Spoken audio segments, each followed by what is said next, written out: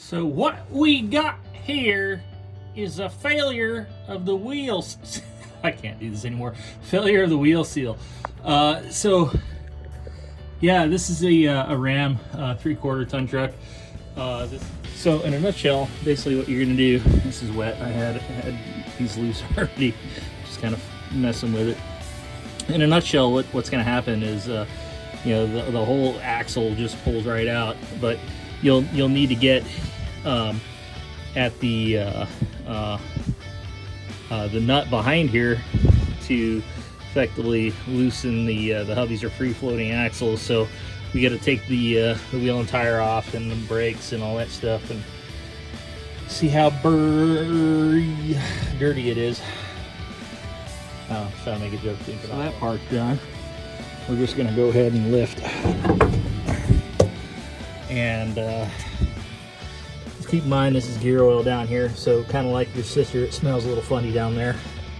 And you're gonna need a breaker bar to get these ones off the back of the disc brake bracket. And judging by the funk that's on these, you're gonna need to do some cleaning. That's some nasty stuff there. But yeah. Okay, once the bracket's loose, you're gonna go ahead and have to release the parking brake. Also, if you've got these little retainers on your disc brakes, go ahead and remove those. And then the rear discs / parking drums should just come right off. So once you got your disc brake bracket and disc brake caliper off, and the retainer clips for the drum brake off and the parking brake off, those in here, we can pull that right on off of there. That's what I'm gonna do. Oh, that's nasty. Alright, it's my best Cleveland impersonation. So parking brake is disgusting. I kind of figured that. I got some parking brake shoes. We'll see. The obviously the drum is disgusting as well. So yay. Next step is these are already loose. I'm gonna zip these off, and then the whole axle is gonna pull right on out. Luckily, we're right next to the trash can that smells wonderful tonight. All right, once those are off, basically the axle just slides right on out. And yeah, you notice I had a catch pan down there for good reason. Man, it smells like freaking armpits and ass.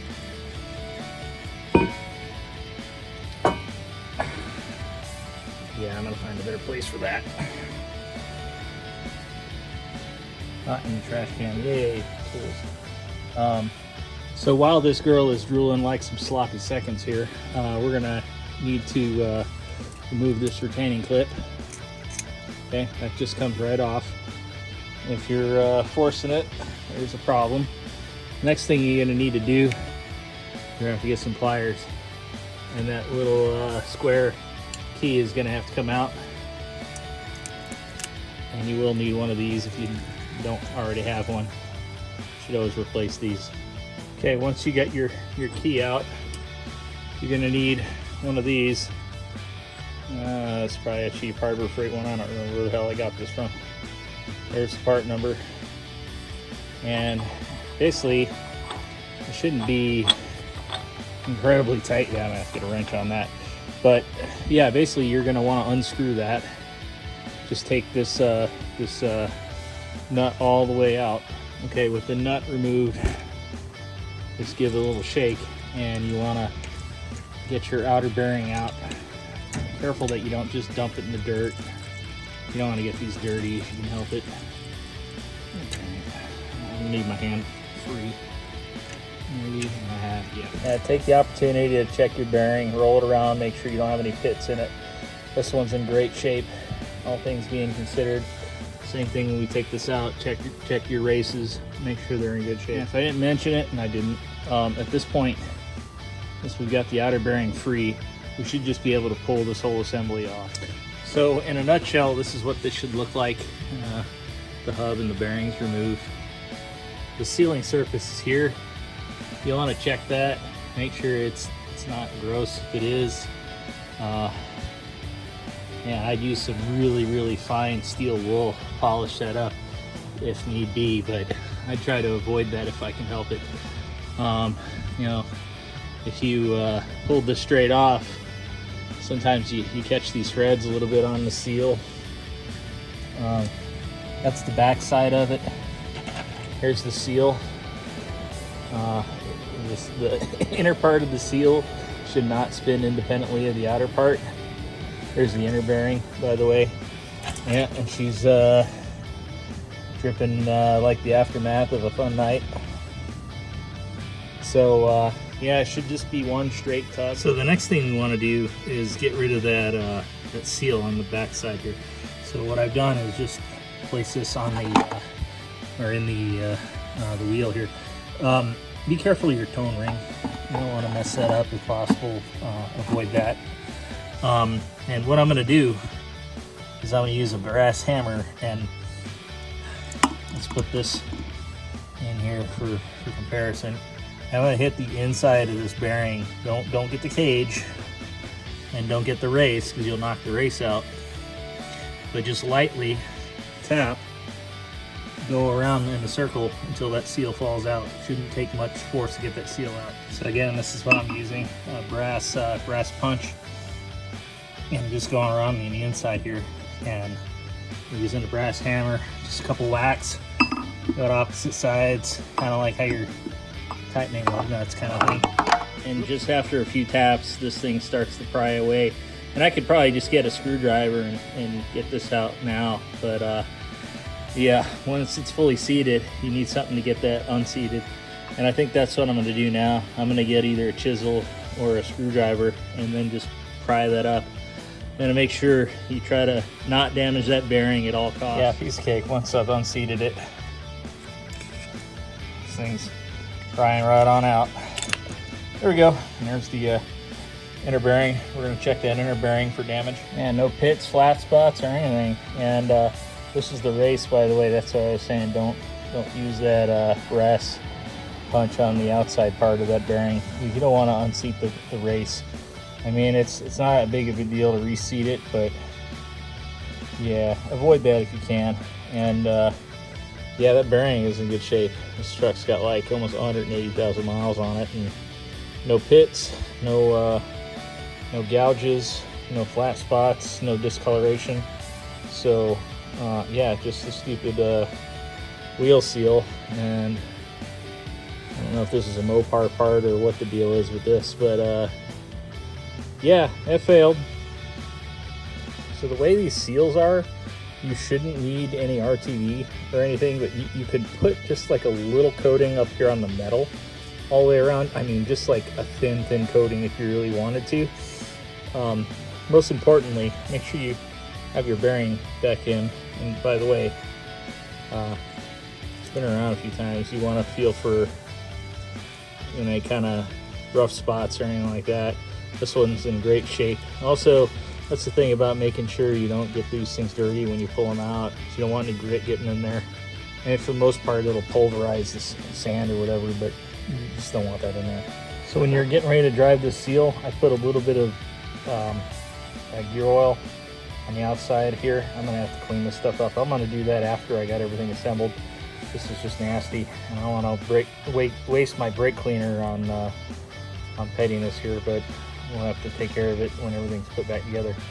Anyhow, when you're driving the seal, like I said, get this a little lubricated up all the way around. You're just going to want to put it as flat as you possibly can, and then you're going to take a seal driver. This is the biggest one that came in this Harbor Freight kit, and I'm going to use that brass hammer and just lightly drive this thing in. And you want to make sure it doesn't get skewed when you're driving it. It's bound to happen. Just make sure you correct it as soon as possible. Okay, seal is driven in, bearing is in place. Now for the opposite, we're going to assemble. And I'm going to put some grease on here.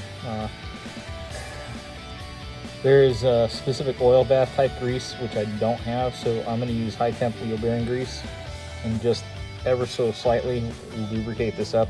I just don't want that sealing surface to be scratched up.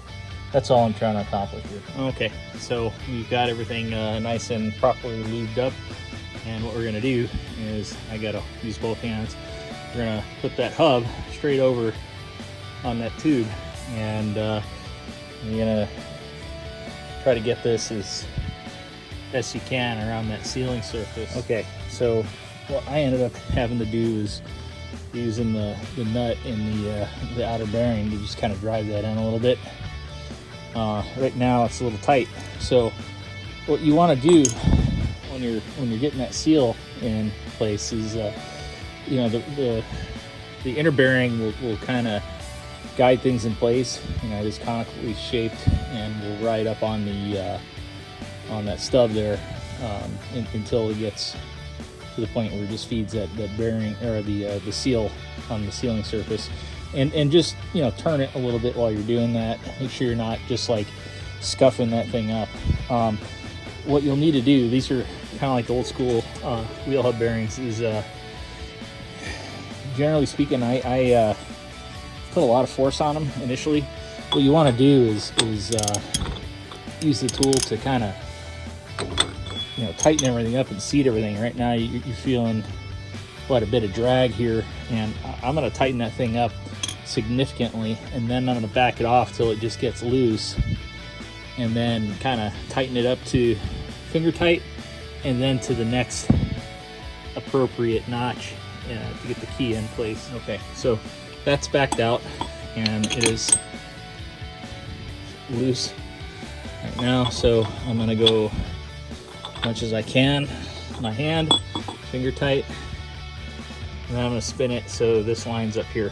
That way we get a little bit of a preload on the bearings. What we don't want is the case where this has slack, right? And if you spin this, what it'll do is it'll loosen up, and then it'll be in and out play, and that you don't want that. That'll destroy the bearings and the seal even faster. If you get it too tight, it'll cause excessive heat and eat stuff as well. So it's kind of that balance. So like I was saying, we go hand tight, and then to the next one. And the camera's got oil on it. Okay, key is in, nothing's loose. Next comes your retaining clip. You know, the big thing about this is I'm reinstalling it the way it is. I removed it.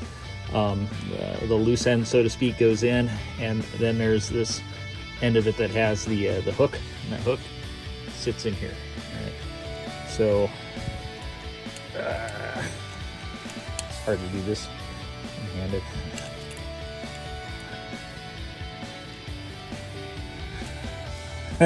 Yay! Franks and beans. Yeah, it's on there. All right, so next part is we're gonna get the axle plus the new gasket, put that in there, and then start tightening everything up. So once we've sealed everything up here, then I'm gonna commence to cleaning the snot out of everything. Also, one thing to mention here too, you know, I said check your tone ring, but also your ABS sensor here. Make sure that it's undamaged, and as well as clear of like metal debris. What'll happen is sometimes you'll get a little metal debris in there from the parking brake, and you know, other things too, bearings if they fail, and that thing will grow whiskers. You want to clean all that stuff up. I'm gonna try cleaning these up. I'm not too worried about the parking brake shoe. I'd be more worried if the actual service brakes look like that. So here's that new gasket. Yeah, it's I don't know, it's a dormant part. But anyway, that does not say interface. That says interface. It doesn't go interface. It's not that kind of girl. Anyway, we're gonna slide the axle in here, and then basically you want to kind of rotate it till it engages the I think this one's a helical limited slip, but yeah, same kind of principle. It's gonna have like spider gears in there, and basically you just want to engage it and then line everything up and bolt it up. And then I'm gonna have to look up torque specs because I don't know if they are off the top of my head. So the assembly is just the opposite of removal. There wasn't anything special with the assembly that I skipped over here. I did do a little bit more cleaning with, oh gosh, degreaser, brake cleaner, more degreaser, more brake cleaner. The service brakes were luckily, fairly unscathed. They didn't have, it looked like any real contamination in them. So I'm gonna drive it. I mean, if I have to replace the brakes, it's no big deal. The shoes, again, I always use the parking brake, and I've never had the problem slipping. I'm on a slope, and they hold even with the truck in neutral. But yeah, torque specs, I'd look them up yourself. Honestly, I saw some specs that were just crazy. Like they were saying over 100 foot-pounds on these things, and like that's just excessive. Like that flange, I don't see going over maybe 80 or 90 foot-pounds. These get, I think 125 to 150, but they're lugs. Same thing with the brakes. Just use common sense, or the proper manual. I have a manual. I wouldn't call it a proper one, but if I can find a legit reference, I'll use it. Suppose I ought to get an actual shop manual, but this thing's expensive, man. Them things are expensive, man. Anyway, yeah, it's back on the tires. I had to do that to get some torque on these things. I've got a electric zippity, but you don't torque with that. You just approach it to the lowest setting necessary, and then torque appropriately. But anyway, that be that.